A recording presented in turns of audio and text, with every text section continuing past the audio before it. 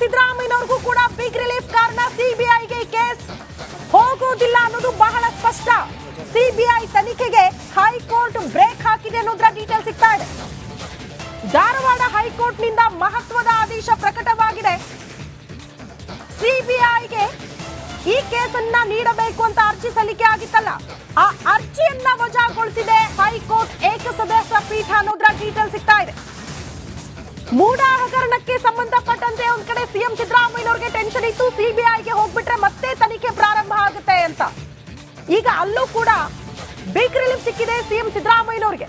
ಮತ್ತೊಂದು ಕಡೆ ಪೋಕ್ಸೋ ಪ್ರಕರಣಕ್ಕೆ ಸಂಬಂಧಪಟ್ಟಂತೆ ಏನಾಗುತ್ತೆ ಅನ್ನುವಂತಹ ಪ್ರಶ್ನೆಗೆ ಅಲ್ಲೂ ಕೂಡ ಮಾಜಿ ಮುಖ್ಯಮಂತ್ರಿ ಬಿಎಸ್ ಯಡಿಯೂರಪ್ಪನವರಿಗೆ ಹೈಕೋರ್ಟ್ ಏಕಸದಸ್ಯ ಪೀಠ ಬಿಗ್ ರಿಲೀಫ್ ಕೊಟ್ಟಿದೆ. ಕಾರಣ ಪೋಕ್ಸೋ ಕೇಸನ್ನ ರದ್ದುಗೊಳಿಸಿ. ಹಾಗಾಗಿ ಒಂದ್ ಕಡೆ ಹಾಲಿ ಸಿಎಂ, ಮತ್ತೊಂದು ಕಡೆ ಮಾಜಿ ಸಿಎಂ ಇಬ್ಬರಿಗೂ ಕೂಡ ಹೈಕೋರ್ಟ್ ಏಕಸದಸ್ಯ ಪೀಠ ಬಿಗ್ ರಿಲೀಫ್ ಕೊಟ್ಟಿದೆ ಅನ್ನೋದ್ರ ಡೀಟೇಲ್ ಸಿಗ್ತಾ ಇದೆ.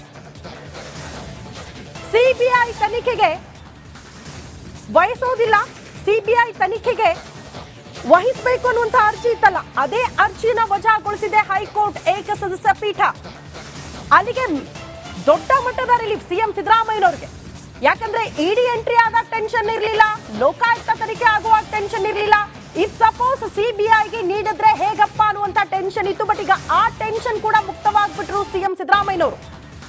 ಸಿಬಿಐಗೆ ಸಲ್ಲಿಕೆ ಅಂದ್ರೆ ಸಿಬಿಐಗೆ ನೀಡಬೇಕು ಅನ್ನುವಂತ ಅರ್ಜಿ ಇತ್ತಲ್ಲ, ಆ ಅರ್ಜಿಯನ್ನೇ ವಜಾಗೊಳಿಸ್ಬಿಟ್ಟಿದೆ ಹೈಕೋರ್ಟ್ ಏಕಸದಸ್ಯ ಪೀಠ ಅನ್ನೋದ್ರ ಡೀಟೇಲ್ ಸಿಗ್ತಾ ಇದೆ. ಅಲ್ಲಿಗೆ ಇಬ್ಬರು ಘಟಾನುಘಟಿ ನಾಯಕರಿಗೆ ಹೈಕೋರ್ಟ್ ಏಕಸದಸ್ಯ ಪೀಠ ಬಿಗ್ ರಿಲೀಫ್ ಕೊಟ್ಟಿದೆ ಅನ್ನೋದ್ರ ಡೀಟೇಲ್ ಸಿಗ್ತಾ ಇದೆ. ಒಂದ್ ಕಡೆ ಪೋಕ್ಸೋ ಪ್ರಕರಣಕ್ಕೆ ಸಂಬಂಧಪಟ್ಟಂತೆ ಮಾಜಿ ಮುಖ್ಯಮಂತ್ರಿಗಳಿಗೆ ಬಿಗ್ ರಿಲೀಫ್. ದೇವೈ ಕೃಷ್ಣ ಮಾತನಾಡ್ತಿದ್ದಾರೆ, ನೋಡ್ಕೊಂಡು ಬರೋಣ. ನಮ್ಮ ಅರ್ಜಿ ವಜಾಗಿದೆ ಅಂತ ತಿಳಿದು ಬಂದಿದೆ. ಸೊ ನಮ್ಮ ಹೋರಾಟದಲ್ಲಿ ಒಂದು ಹಿನ್ನಡೆ ಆಗಿದೆ ಅಂತ ಹೇಳ್ಬೋದು. ಆದರೆ ಇದರಿಂದ ವಿಚಲಿತನಾಗುವಂಥ ಅಥವಾ ಹೋರಾಟದ ಹಿಂದೆ ಸರಿಯುವಂಥ ಯಾವುದೇ ಪ್ರಶ್ನೆ ಇಲ್ಲ. ಸೊ ನಮ್ಮ ಹೋರಾಟವನ್ನು ನಾವು ಮುಂದುವರ್ತೀವಿ. ಅಂದರೆ ಮೊನ್ನೆ ಸರ್ವೋಚ್ಚ ನ್ಯಾಯಾಲಯದಲ್ಲಿ ಒಂದು ಮೇಲ್ಮನವಿ ಸಲ್ಲಿಸಿ ಈ ಪ್ರಕರಣ ಸಿಬಿಐಗೆ ಕೊಡಿಸುವಂಥ ಪ್ರಯತ್ನವನ್ನು ನಾವು ಮುಂದುವರ್ಸ್ಕೊಂಡು ಹೋಗ್ತೀವಿ. ಇದು ಏನು ಮಾನ್ಯ ನ್ಯಾಯಾಲಯ ಇವತ್ತು ತೀರ್ಪು ನೀಡಿದೆ, ಆ ತೀರ್ಪಿನಲ್ಲಿ ಯಾವ ಅಂಶಗಳನ್ನು ಪರಿಗಣಿಸಿ ನಮ್ಮ ಅರ್ಜಿಯನ್ನು ತಿರಸ್ಕಾರ ಮಾಡಿದೆ ಅನ್ನೋದನ್ನು ಪರಿಗಣಿಸಿ ಆ ಅಂಶಗಳಿಗೆ ನಾವು ಏನು ಉತ್ತರವನ್ನು ಕೊಡ್ಬೋದು ಮತ್ತು ಅದಕ್ಕೆ ಪೂರಕವಾಗಿ ಏನು ದಾಖಲೆಯನ್ನು ಕೊಡ್ಬೋದು ಅನ್ನೋದ್ರ ಬಗ್ಗೆ ನಮ್ಮ ವಕೀಲರ ಜೊತೆ ಚರ್ಚೆ ಮಾಡಿ ಕೂಡಲೇ ಈ ಪ್ರಕರಣವನ್ನು ಸಿಬಿಐ ಕೊಡಿ ಅಂತೇಳಿ ಮತ್ತು ಈ ಒಂದು ತೀರ್ಪನ್ನು ಪ್ರಶ್ನಿಸಿ ನಾವು ಮಾನ್ಯ ಸರ್ವೋಚ್ಚ ನ್ಯಾಯಾಲಯಕ್ಕೆ ಅರ್ಜಿಯನ್ನು ಸಲ್ಲಿಸ್ತೀವಿ.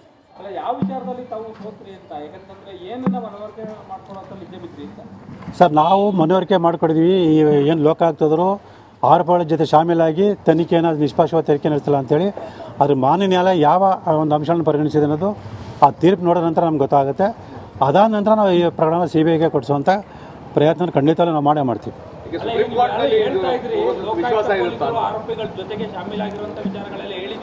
ಹೌದು ಸರ್. ಅಲ್ಲ ಅದೇ ಸರ್, ಆ ಅಂಶನ ಮಾನ್ಯ ನ್ಯಾಯಾಲಯ ಪರಿಗಣಿಸಿದೆ ಇಲ್ಲೋ ಅನ್ನೋದನ್ನು ನಾವು ತೀರ್ಪನ್ನು ಓದಿದ ನಂತರ ಗೊತ್ತಾಗುತ್ತೆ. ಸೊ ಯಾಕೆಂದರೆ ಈಗಾಗಲೇ ಸಾಕಷ್ಟು ಹೇಳಿದ ಹಾಗೆ ಲೋಕಾಯುಕ್ತ ಅಧಿಕಾರಿಗಳು ನಾವು ದೂರು ಕೊಡೋಕ್ಕಿಂತ ಮುಂಚೆನೇ ಸ್ವಯಂ ಪ್ರೇರಿತ ದೂರನ್ನು ದಾಖಲು ಮಾಡಿಕೊಂಡು ಆ ಸರ್ಚ್ ವಾರೆಂಟ್ ಕೂಡ ಪಡೆದಂಥ ಸಂದರ್ಭದಲ್ಲಿ ಆ ವಿಚಾರವನ್ನು ನಗರಾಭಿವೃದ್ಧಿ ಸಚಿವ ಬೈರತಿ ಸುರೇಶ್ ಅವರಿಗೆ ತಿಳಿಸಿದ್ದು. ಮತ್ತು ಆ ಕೂಡಲೇ ಬೈರತಿ ಸುರೇಶ್ ಅವರು ಹೆಲಿಕಾಪ್ಟರ್ ಬಂದು 140 ಕಡತಗಳನ್ನು ತೊಗೊಂಡೋಗಿರೋಂಥದ್ದು. ಈ ಒಂದು ಹಿನ್ನೆಲೆಯಲ್ಲಿ ಲೋಕಾಯುಕ್ತರು ತನಿಖೆಯನ್ನು ಮುಂದುವರಿಸಿದೆ, ಆ ಅರ್ಜಿಯನ್ನು ಮುಕ್ತಾಯ ಮಾಡಿರುವಂಥದ್ದು. ಈ ಎಲ್ಲವನ್ನು ಕೂಡ ಮಾನ್ಯ ನ್ಯಾಯಾಲಯ ಗಮನಕ್ಕೆ ತಂದಿದ್ದೀವಿ. ಅದ್ರ ಜೊತೆಗೆ ಸಿದ್ದರಾಮಯ್ಯ ವಿಚಾರಣೆ ಒಳಪಡಿಸೋ ಸಂದರ್ಭ ಅಂದರೆ ವಿಚಾರಣೆ ಒಳಪಡಿಸುವಂಥ ಸಮಯವನ್ನು ತನಿಖಾಧಿಕಾರಿ ನಿಗದಿ ಮಾಡಿದ್ದು, ಆದರೆ ವಿಚಾರಣೆಯಿಂದ ಹೊರಗೋಗುವಂಥ ಸಮಯವನ್ನು ಸಿದ್ದರಾಮಯ್ಯ ನಿಗದಿ ಮಾಡಿದಂಥದ್ದು. ಇದೆಲ್ಲವನ್ನು ಕೂಡ ನಾವು ಮಾನ್ಯ ನ್ಯಾಯಾಲಯ ಗಮನಕ್ಕೆ ತಂದೀವಿ.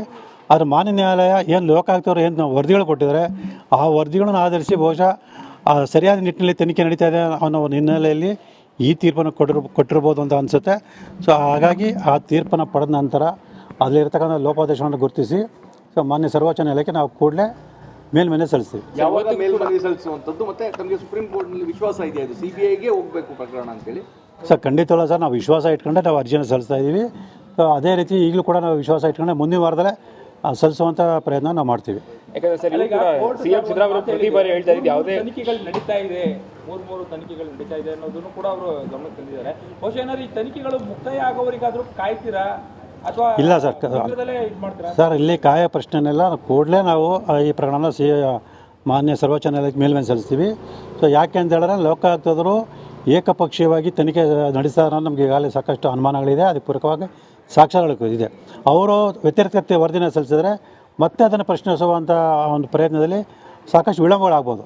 ಹಾಗಾಗಿ ನಾವು ಕೂಡಲೇ ಈ ಪ್ರಕರಣವನ್ನು CBI ಕೊಡಿ ಅಂತೇಳಿ ನಾವು ಮೇಲ್ಮನೆ ಸಲ್ಲಿಸ್ತೀವಿ. ಅಲ್ಲ, ಪ್ರಶ್ನೆ ಯಾಕೆ ಅಂತ ಹೇಳಿದ್ರೆ ಈಗ ಲೋಕಾಯುಕ್ತ ವರದಿಯನ್ನು ಸಲ್ಲಿಸಿ ಲೋಕಾಯುಕ್ತ ವರದಿಯಲ್ಲಿ ಏನಿದೆ ಅಂತ ನೋಡಿದ್ರೆ ಅದು ಪೂರಕ ಆಗುತ್ತಲ್ವಾ, ಅವರು ತನಿಖೆ ಸರಿಯಾಗಿ ಮಾಡಿದಾರಾ ಇಲ್ವಾ ಅನ್ನೋದಕ್ಕೆ ತಾವೇನು ಆರೋಪ ಮಾಡಿದ್ರಿ ಅದಕ್ಕೆ ಪೂರಕ ಅಂಶಗಳು ಸಿಗುತ್ತಲ್ವಾ ಅಂತ ಅದು ತಾವು ಸರ್ ಅದನ್ನೇ ಸರ್. ಈಗ ಮಾನ್ಯ ನ್ಯಾಯಾಲಯ ಆ ವರದಿಯನ್ನು ಯಾವ ರೀತಿ ಪರಿಗಣಿಸಿ ನೋಡಬೇಕು.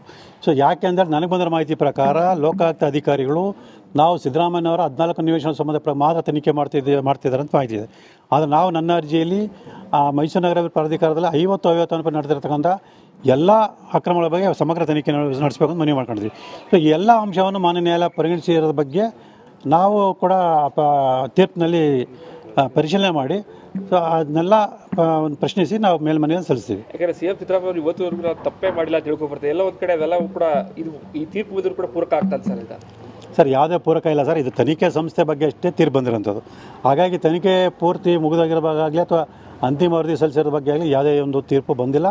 ಹಾಗಾಗಿ ಬರೀ ತನಿಖಾ ಸಂಸ್ಥೆ ಬಗ್ಗೆ ಅಷ್ಟೇ ಬಂದಿರೋದ್ರಿಂದ ಸೊ ಯಾವುದೇ ತನಿಖಾ ಸಂಸ್ಥೆ ತನಿಖೆ ನಡೆಸಿ ಯಾವುದೇ ರೀತಿಯ ವರದಿ ಕೊಟ್ಟರೂ ಕೂಡ ಸೊ ಅದರ ಬಗ್ಗೆ ನಾವು ಮಾನ್ಯ ನ್ಯಾಯಾಲಯಕ್ಕೆ ಅಂದರೆ ನಾವೇನು ಆರೋಪ ಮಾಡಿದ್ವಿ ಅದಕ್ಕೆ ಸಂಬಂಧಪಟ್ಟ ಎಲ್ಲ ಸಾಕ್ಷ್ಯಗಳನ್ನು ಮಾನ್ಯ ನ್ಯಾಯಾಲಯ ಗಮನಕ್ಕೆ ತಂದು ಸೊ ತಪ್ಪಿತ ಶಿಕ್ಷೆ ಕೊಡಿಸುವಂಥ ಅವಕಾಶ ಮತ್ತು ಅದಕ್ಕೆ ಬೇಕಾದ ಎಲ್ಲ ಸಾಕ್ಷ್ಯಗಳು ನಂತರ ಇದೆ.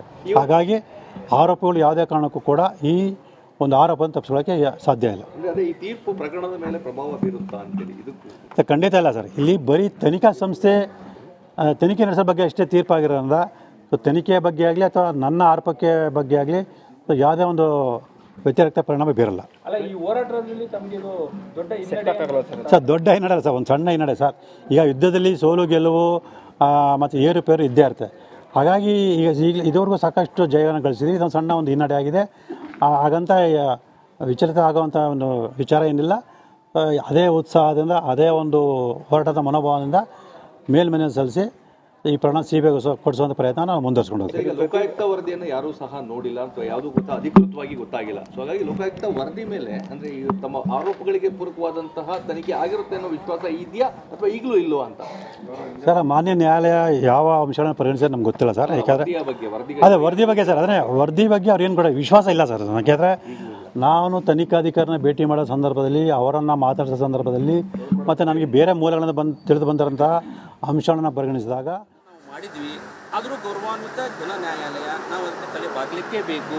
ತಲೆಬಾಗಿದ ನಂತರ ಕಾನೂನಿನ ಒಂದು ಪರಿವ್ಯಾಪ್ತಿಯಲ್ಲಿ ಮುಂದೆ ಮೇಲ್ಮನವಿಯನ್ನು ಯಾವ ರೀತಿಯಾಗಿ ಸಲ್ಲಿಸಬೇಕು ಅನ್ನೋದ್ರ ಬಗ್ಗೆ ನಾವು ವಿಚಾರ ಮಾಡಿ ನಮ್ಮ ಸೀನಿಯರ್ ಕೌನ್ಸಿಲ್ ಜೊತೆ ಮಾತಾಡಿ ನಮ್ಮ ಆನ್ ರೆಕಾರ್ಡ್ ಇರ್ತಕ್ಕಂಥ ಶ್ರೀಯುತ ವಸಂತ್ ಕುಮಾರ್ ಅವ್ರ ಜೊತೆನೂ ಕೂಡ ಚರ್ಚೆ ಮಾಡಿ ನಾವು ಮುಂದಿನ ನಿರ್ಧಾರಗಳನ್ನು ತೆಗೆದುಕೊಳ್ತೇವೆ.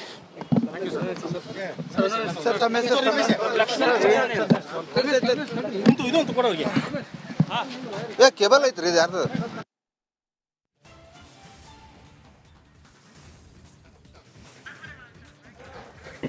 ಸ್ನೇಹಮಯಿ ಕೃಷ್ಣ ಜೊತೆಗೆ ಅವರ ಪರವಾಗಿರುವಂತಹ ವಕೀಲರು ಈ ಹೈಕೋರ್ಟ್ ತೀರ್ಪು ಪ್ರಕಟ ಆಗ್ತಾ ಇದ್ದಂತೆ ಒಂದು ರಿಯಾಕ್ಷನ್ ಕೊಡ್ತಾ ಇದ್ರು.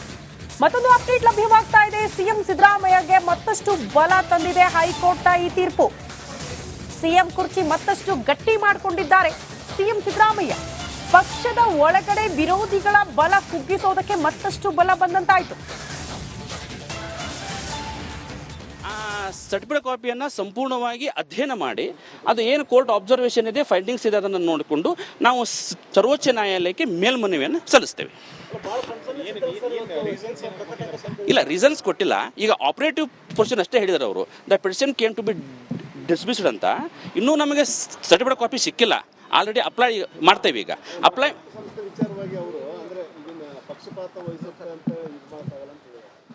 ಅಲ್ಲ ಕರೆಕ್ಟು. ನಾವೀಗ ಸರ್ಟಿಫೈಡ್ ಕಾಪಿ ಸಿಗಲಿ, ಸರ್ಟಿಫೈಡ್ ಇವತ್ತೇ ಸಿಗುತ್ತೆ.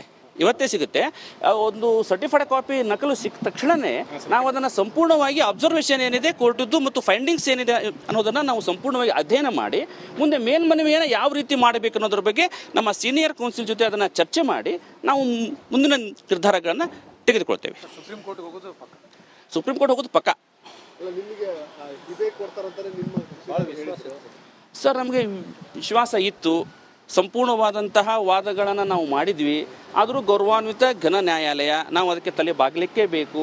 ತಲೆಬಾಗಿದ ನಂತರ ಕಾನೂನಿನ ಒಂದು ಪರಿವ್ಯಾಪ್ತಿಯಲ್ಲಿ ಮುಂದೆ ಮೇಲ್ಮನವಿಯನ್ನು ಯಾವ ರೀತಿಯಾಗಿ ಸಲ್ಲಿಸಬೇಕು ಅನ್ನೋದ್ರ ಬಗ್ಗೆ ನಾವು ವಿಚಾರ ಮಾಡಿ ನಮ್ಮ ಸೀನಿಯರ್ ಕೌನ್ಸಿಲ್ ಜೊತೆ ಮಾತಾಡಿ ನಮ್ಮ ಆನ್ ರೆಕಾರ್ಡ್ ಇರ್ತಕ್ಕಂಥ ಶ್ರೀಯುತ ವಸಂತ್ ಕುಮಾರ್ ಅವ್ರ ಜೊತೆನೂ ಕೂಡ ಚರ್ಚೆ ಮಾಡಿ ನಾವು ಮುಂದಿನ ನಿರ್ಧಾರಗಳನ್ನು ತೆಗೆದುಕೊಳ್ತೇವೆ.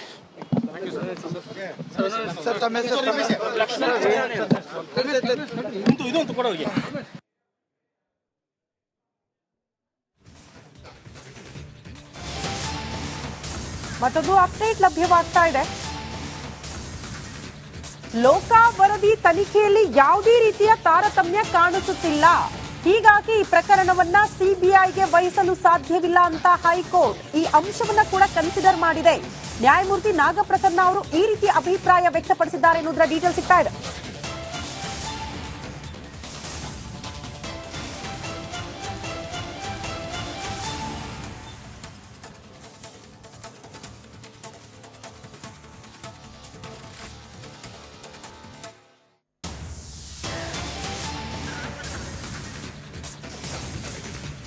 ಲೋಕ ವರದಿ ತನಿಖೆಯಲ್ಲಿ ತಾರತಮ್ಯ ಕಾಣಿಸ್ತಾ ಇಲ್ಲ. ಯಾಕಂದ್ರೆ ನಿಮ್ಗೆಲ್ಲ ಗೊತ್ತು, ಲೋಕಾಯುಕ್ತ ತನಿಖೆಗೆ ಸಂಬಂಧಪಟ್ಟಂತೆ ಒಂದು ವರದಿ ಕೂಡ ಸಲ್ಲಿಕೆ ಆಗಿತ್ತು ಹೈಕೋರ್ಟ್ಗೆ. ಆ ವರದಿಯನ್ನ ಕೂಡ ಕೂಲಂಕುಷವಾಗಿ ನ್ಯಾಯಮೂರ್ತಿಗಳು ನೋಡಿದ್ದಾರೆ. ಹಾಗಾಗಿ ಅವರು ಅಭಿಪ್ರಾಯ ಪಟ್ಟಿದ್ದಾರೆ, ಇದರಲ್ಲಿ ಯಾವುದೇ ರೀತಿಯ ತಾರತಮ್ಯ ಕಾಣಿಸ್ತಾ ಇಲ್ಲ, ಹಾಗಾಗಿ ಸಿಬಿಐ ನೀಡೋದಕ್ಕೆ